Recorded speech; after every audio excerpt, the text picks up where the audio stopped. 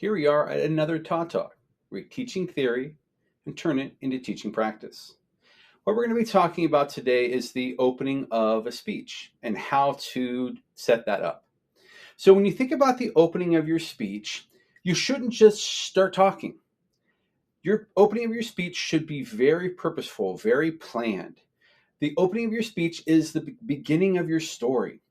And the beginning of your story, just like the beginning of a story to a book or a novel, should be very planned out.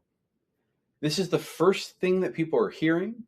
This is what you're setting up, kind of what you're going to be doing the rest of your story in your middle and your end. So you kind of have to establish everything in this beginning. It also is communicating to the audience what they're in for. So they know in this beginning, you're going to set up, okay, this is what you're going to be listening to today. So that all has to be communicated in this opening of the speech. So what we're going to talk about today is the structure of the opening and some ways that you can make that opening more effective.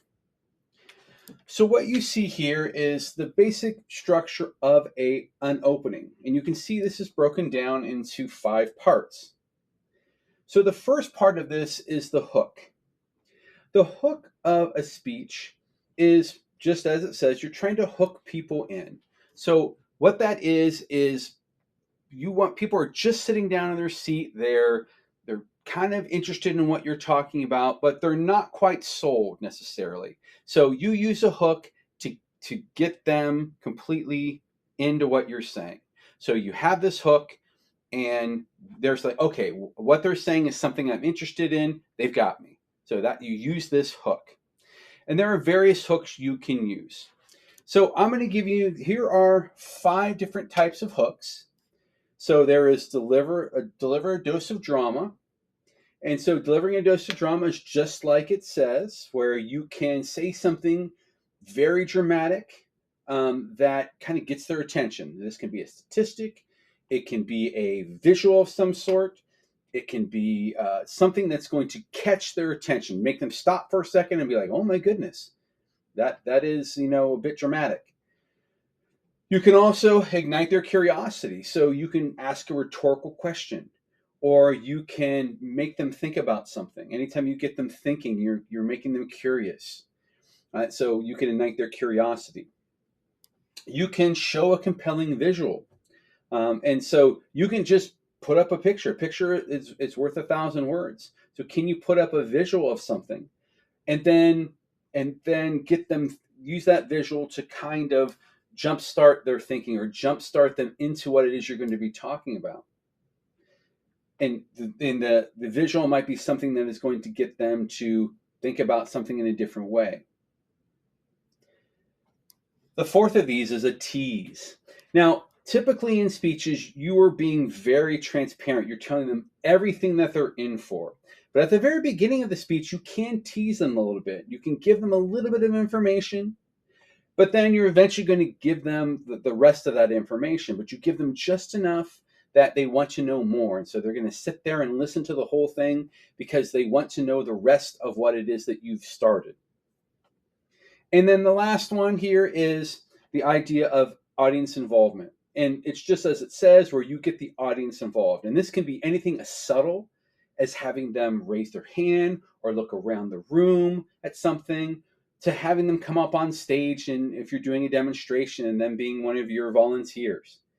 But doing this just gets the audience involved. It puts them on their toes, because they're not just going to be passive members of the audience. They are actually going to be involved in what it is that you're doing.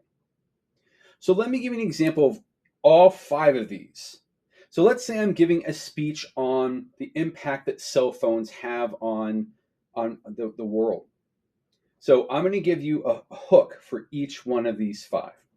So if I were delivering a dose of drama, I could start with statistics such as this. So there are 7.95 billion people on planet Earth.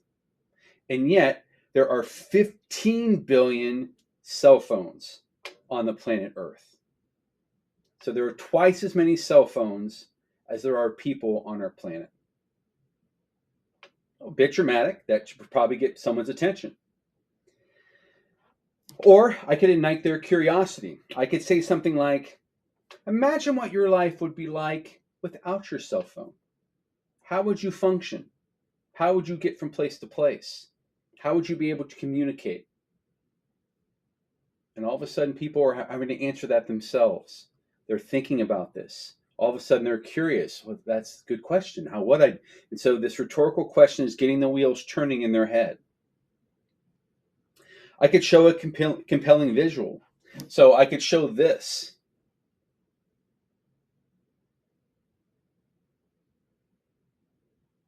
So you probably figured out this is one of the very first cell phones, and people might be they may figure it out right away what it is, but they might be curious like how big it is. How would that fit in your pocket?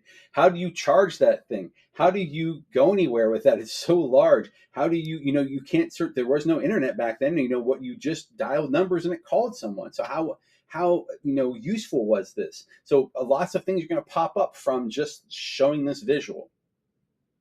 So you could have a tease. So I could start the speech with a riddle. So I could say to them, you answer me, yet I never ask a question. What am I? And so with that riddle, people are like, oh, what is that? And then you could, of course, start in on your speech. And once you start on your speech, they're going to figure out that it is a cell phone. And you could have audience involvement. You could simply say to your audience, like, raise your hand if you have a cell phone in your pocket. And you're going to see almost everyone in the audience is going to raise their hand. And this is going to show how prevalent cell phones are in our community and in the world. So you could use any one of those hooks. Now, not all those hooks are always going to work. So you have to, when you think about your topic and what it is, you want to pick a hook that fits. It just so happens that with the cell phone one, all 5 of them worked. But you may have a topic that only delivering a dose of drama works, or maybe audience participation fits really well. So you want to pick a hook and be very purposeful about picking that, so that it's going to get your audience engaged. It's going to get them right off the bat. It's going to hook them in. So the second one on our list here is providing context. So what do I mean by providing context is when you start a speech, you have to assume that the audience doesn't know anything about what you're talking about. So if I were going back to my speech on cell phones, so I can assume that people have a fairly decent idea of what cell phones are, but there might be some facts that they don't know. Like they might not know how many cell phones there are in the world. Like, did you know that there were 15 billion cell phones in the world? That's quite a lot. I didn't know it until I looked it up. So I may have to give them some background information to fill in the blanks.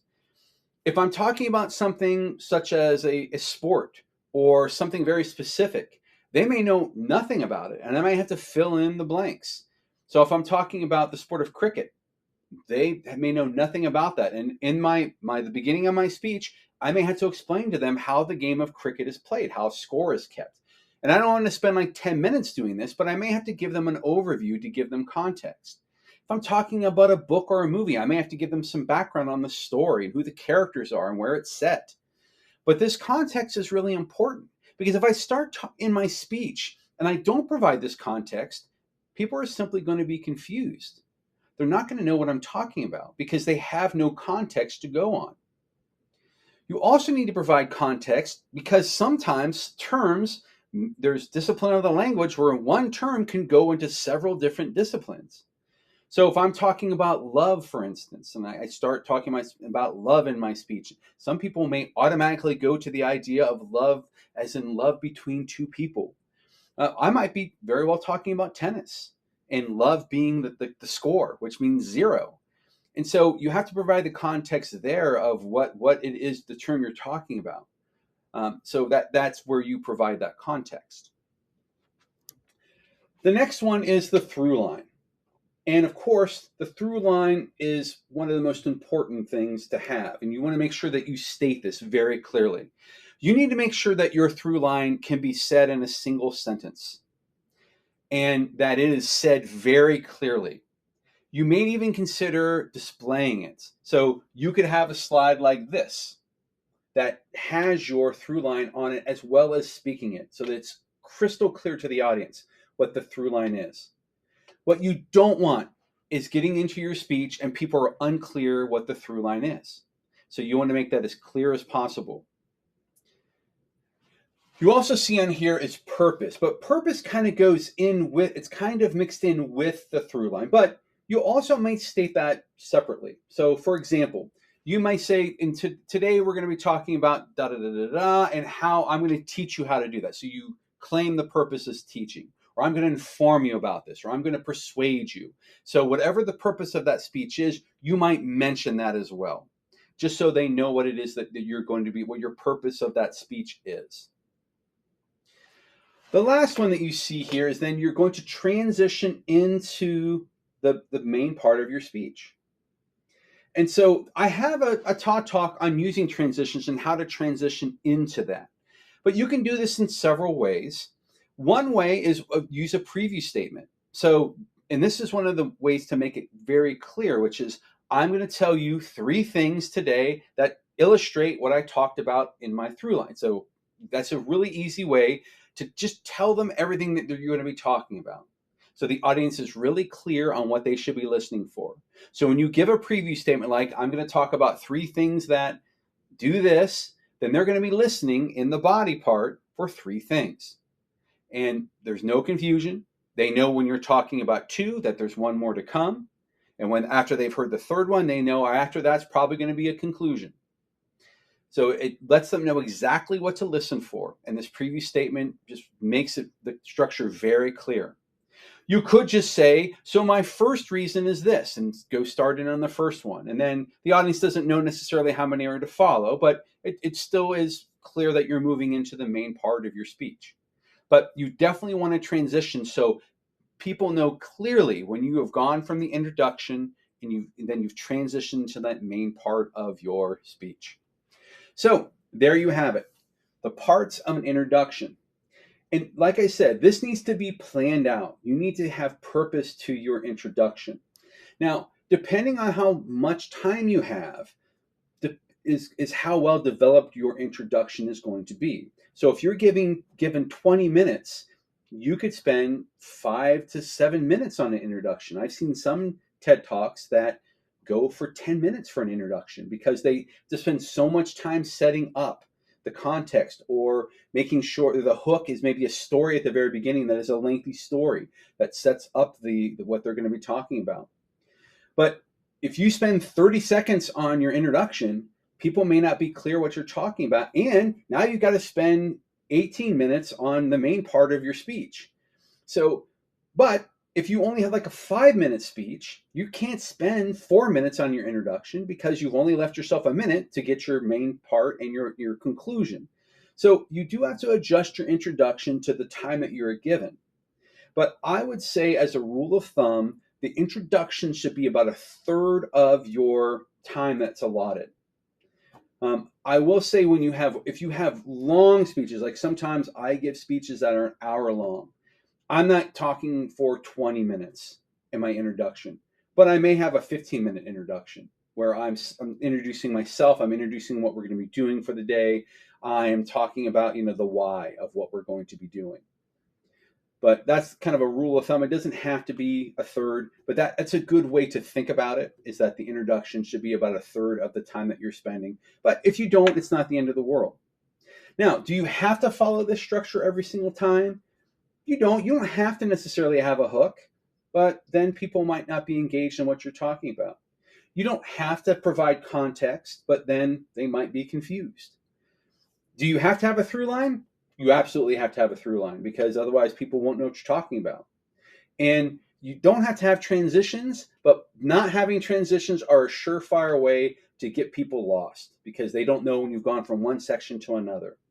So I would definitely follow this structure because it's the key to making sure that your communication is really clear.